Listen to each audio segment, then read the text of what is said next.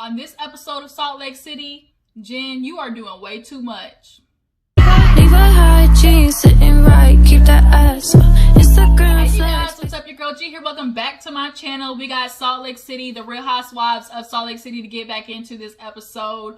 But before we start talking about these little bougie white hoes up in the snow, can we just take a second to freaking talk about these crazy ass white folks?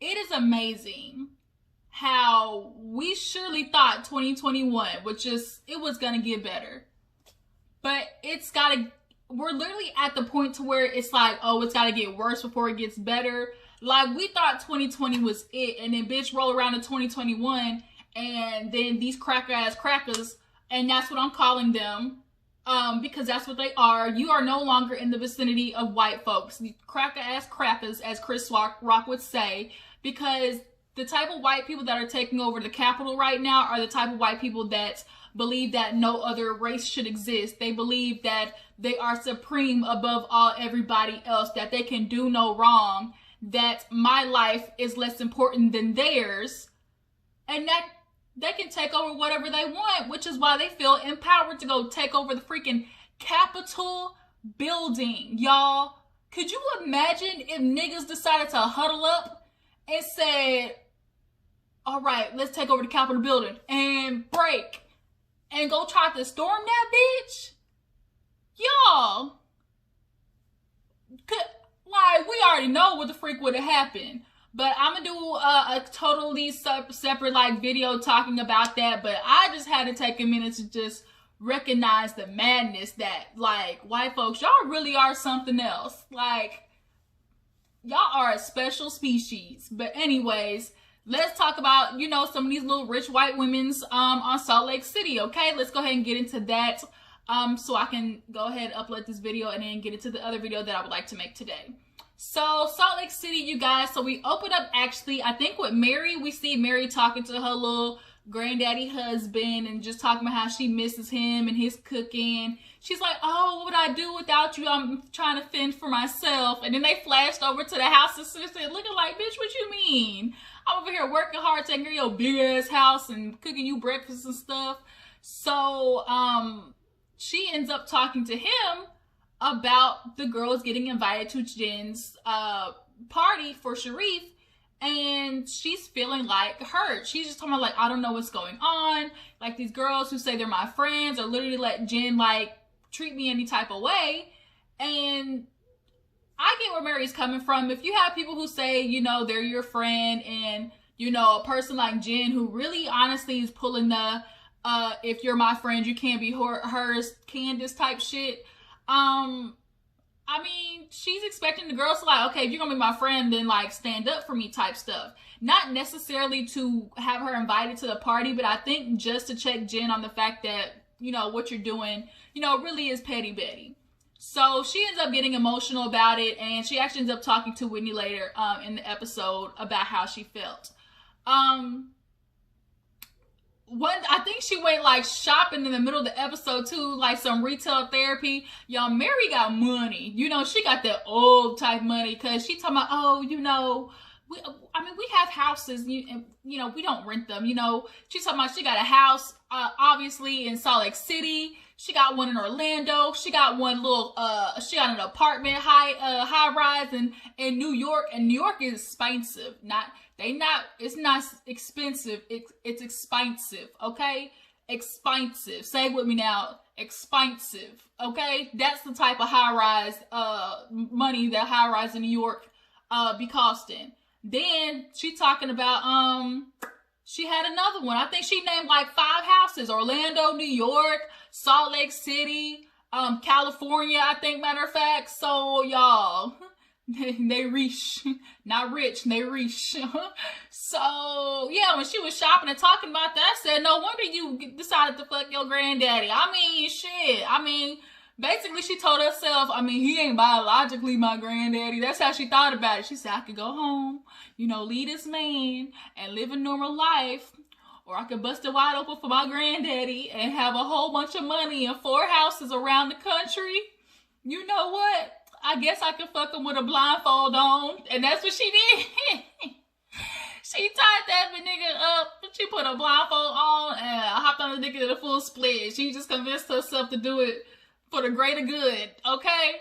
So, I can't judge Mary. You know, if you gon', everybody got a price. I don't care what nobody say, everybody got a price.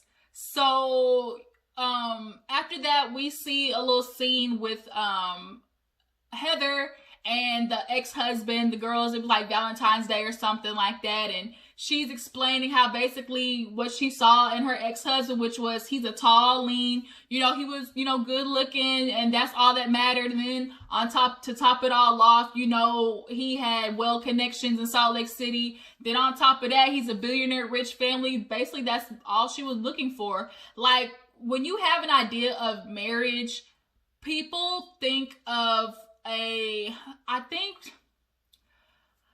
think what's wrong sometimes is when exactly what Heather did.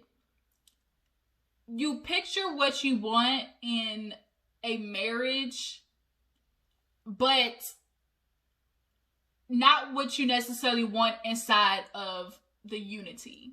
You know what you want your marriage to look like. You know what you want it to how you want it to be perceived by the world, which is a 2-parent household with kids running around, white picket fence, a couple of dogs, and us taking family vacations together on the regular. That's what everybody has their idea of what marriage, what they want in a marriage.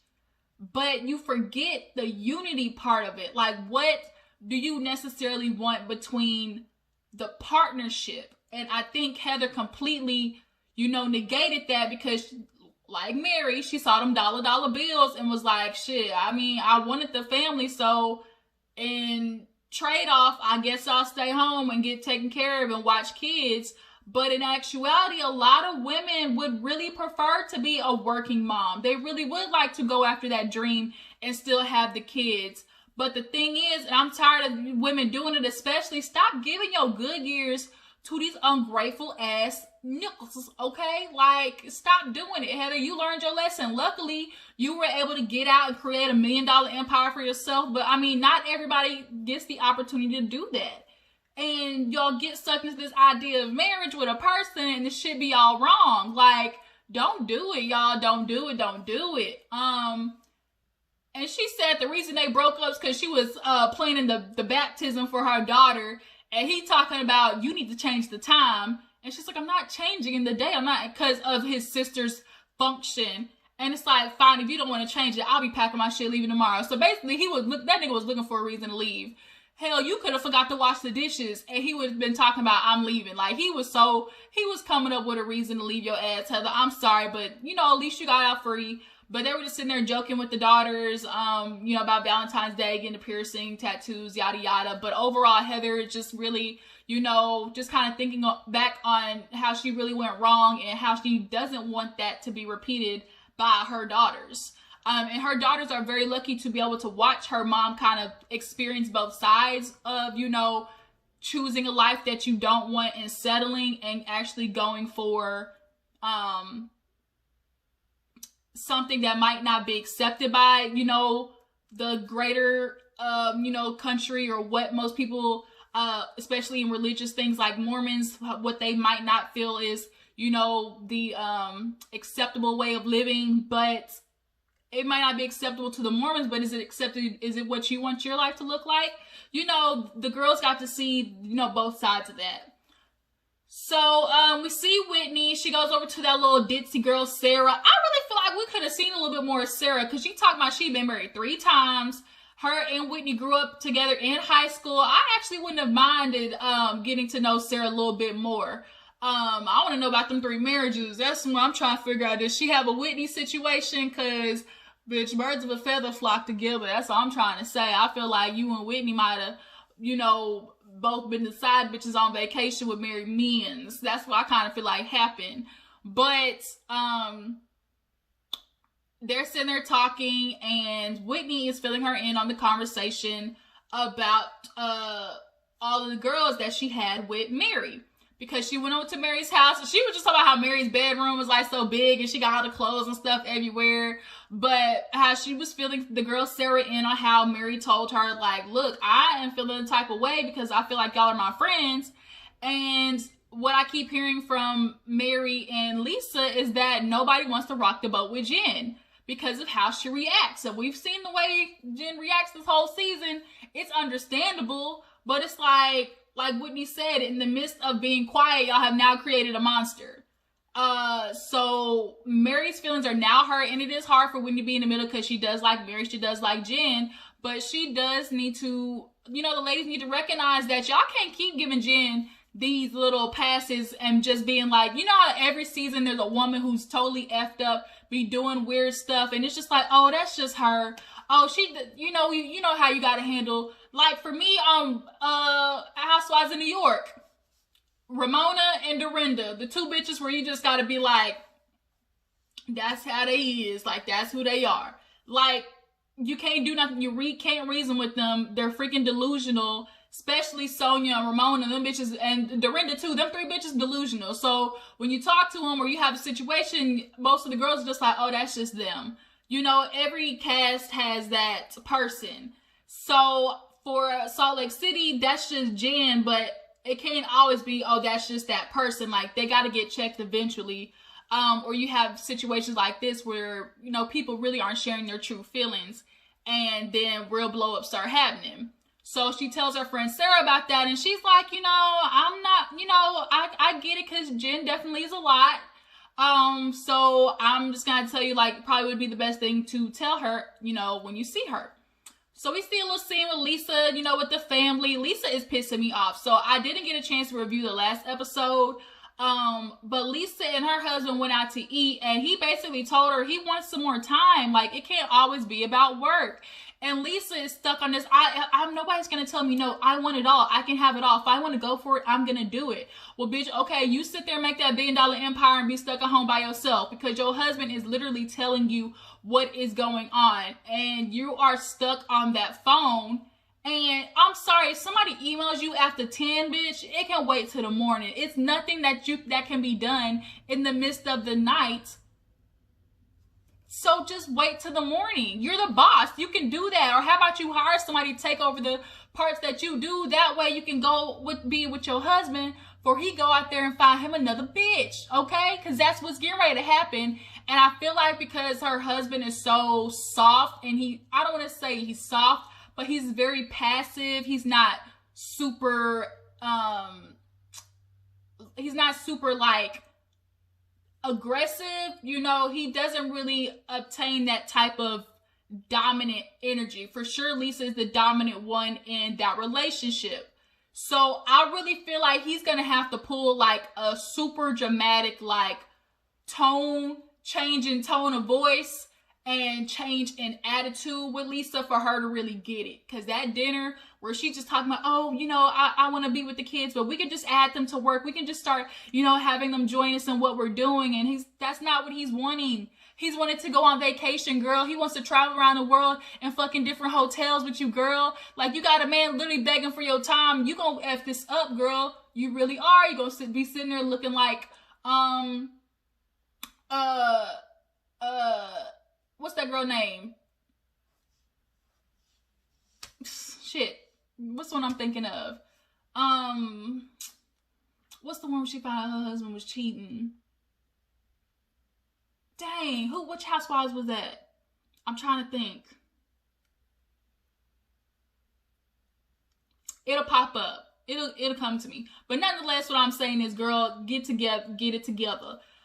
Because we see them go on a little penguin zoo thing, and they're having fun, and then all of a sudden she's like, oh, the boys, they're gonna have a shampoo male grooming line called Fresh Wolf, and so we're gonna help them do that. I'm really enjoying, you know, doing that with them. And it's like, now you're putting your sons to work already, and that honestly, you're just giving yourself, you and your husband, another thing to put on your plate.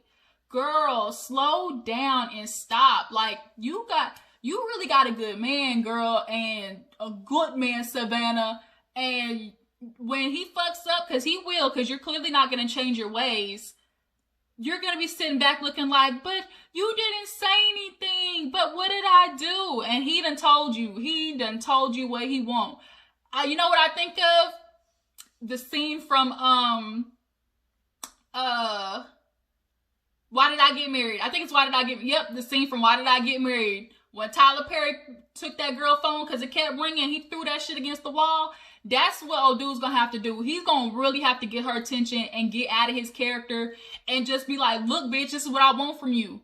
Do you want me or not? Like, he gonna have to hit her with that bass in his voice. You gonna get right or not? Because if not, I'll walk out this bitch. And then Lisa, then she'll hop, okay, Zanny, I'll put the phone down. That's how you need to do, boy. Okay, I'm telling you. Females like that shit. Get some bass in your voice. So they go on that little penguin thing, yada yada yada. We see Seth and Meredith, you know, so-called getting back together. Meredith, I don't believe you not damn bit, okay? Got the boy Brooks in there talking about, oh, you know, I'm glad to see my parents back together, but it's just a little bit weird. And it's like, Meredith, how you really want to get back with this man, but your energy says otherwise. It just does. Like, I just really feel like you just don't want to cut ties and be the asshole to do it. That's how I feel. But they, you know, smooching for the cams, flirting and everything again. So for right now, we'll just let you live, Meredith.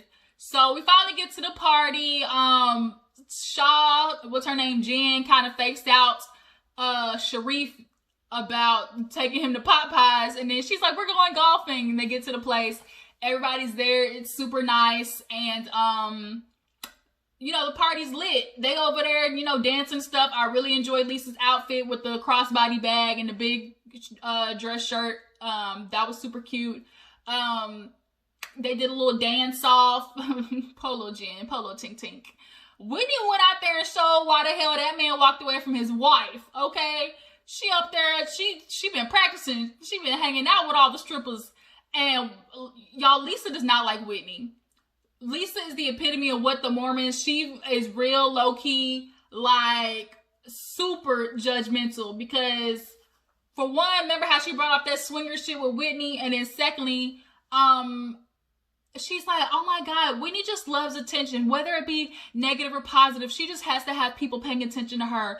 Like, just stop twerking already. And it's like, ooh, the shade of it all. So Whitney was twerking, doing handstands and everything, busting a split like she was on the dick. And Jen come around doing her little worm, and you know, she got a little credit because she did a worm in a whole Beyonce Super Bowl outfit. So you know what? Do it to it. So Whitney decides she wants to tell Jen about what happened. She finally got a little bit of liquid courage, and she asks Heather to help her. So she pulls Jen to the side. And bitch is stuttering. She like, you know, I love you, right? And, you know, I just want to be honest and make sure I let you know that, you know, everything from right from wrong. And Heather's like, bitch, Jen, the girls say they're afraid of you. And just like, what do you mean? She's like, when he was like, Mary said that Lisa and Meredith are afraid of you. Really? And Jen does what Jen does. Really? Really? Y'all are gonna believe Mary freaking Cosby? We're not doing this. How you talking about they're scared of me? Why would they even be scared of me? And both of Whitney and Heather were looking like, well, because bitch, look what you doing now. So then, Lisa and Meredith start sitting down. I was like, oh shit, they yelling, let me come over. So when they come over, Jen's like, let's ask them, Whitney, let's ask them. Are y'all scared of me? And they're like, huh? And Whitney tells them, like Mary said, that y'all talked to her and that y'all were scared of Jen. Of course, they both did not. I don't know what's happening. Nobody said that. What are you talking about? Lisa, once again, does not like Whitney. Whitney's just like a little schoolgirl. She just wants to start problems. I can't believe Whitney's doing this. And Jen does her usual throw a fit. She throws glass. We're not gonna freaking do this. You're scared of me? Really? You're scared of me? She throws the glass. She's like, I can't believe this is happening.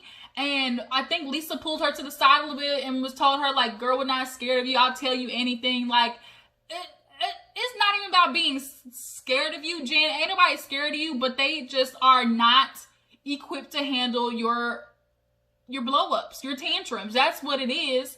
So after that happens, Whitney's like, well, shit, I'm drunk and I still got more shit to say, so I might as well say it now. So she ends up confronting Meredith about what Jen was saying, because she's like, girl, that's your friend, but I'm letting you know, she putting your business out there in the streets.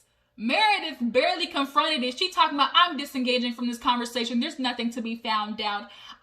Jen's talking about, because Whitney's like, people are just digging up dirt. She's like, there's nothing to dig up. I'm not talking about this right now. In her confessional, she talked about how, like, she really is pissed off that Jen is doing that. I mean, I'd be too. Like, if y'all, do late night, girl talk, because both of y'all husbands ain't in town, so y'all, y'all confide in each other. Jen was really fucked up for putting that business out there like that. You supposed to keep her secrets. You not supposed to let the whole world know that she out there dotting and bopping. You supposed to keep your mouth and legs closed, okay? So, Whitney's girl, I'm sorry, but them eyebrows in that confessional, no ma'am.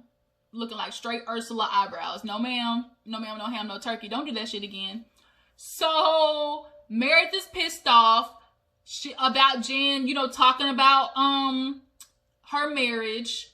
Lisa's trying to go off on Whitney, talking about, oh my God, you're a problem, you're an asshole. Whitney's like, I'm the asshole for trying to make people tell the truth. Jen, her husband, he's sick of her. Sharif's sitting there talking to the son, talking about your mom getting drunk, drinking, and doing what she always does. And it's like, I think Sharif getting tired of her always having to be the one to basically talk her off a ledge. Like, basically, he's her guidance counselor. That's like, Sharif is exhausted with doing that shit for Jen. And her son is literally in the car talking about, mama, breathe. Like, stop, mama, calm down. Like, girl, Jen, come on now, girl. You can do better than that. Like, you should not be blowing up like this at your age. You should be way more emotionally equipped to handle some stupid schoolyard girl, drama talking stuff. Really? Mary talking about, you're scared of me? Why are y'all freaking listening to Mary Cosby? Like, Jen, if you don't take no Valium, take you some Ambien, bitch, smoke you a little something, little Mary Jane, and calm your ass down. Because then next your husband gonna pop off and leave. Hell, if he hadn't already, he out of town, he already might be dipping it and doing it. Shit, I mean, you might want to quit before he leave your ass for good. But that was pretty much Salt Lake City. It was just a little yang, not too much. But I really want to get into talking about, the shit that's been popping off at the Capitol. So, yeah, you guys, I really appreciate you for tuning in. Tell me how you feel about this episode, how you feel about Jen. Do y'all feel like they should have gave Sarah a little bit more storyline time? I really feel like they should. That was a missed opportunity. But, yeah, that was pretty much it. I really appreciate you for tuning in. And before you go, make sure you like this video, subscribe to my channel. I'll catch all you guys later. Deuces.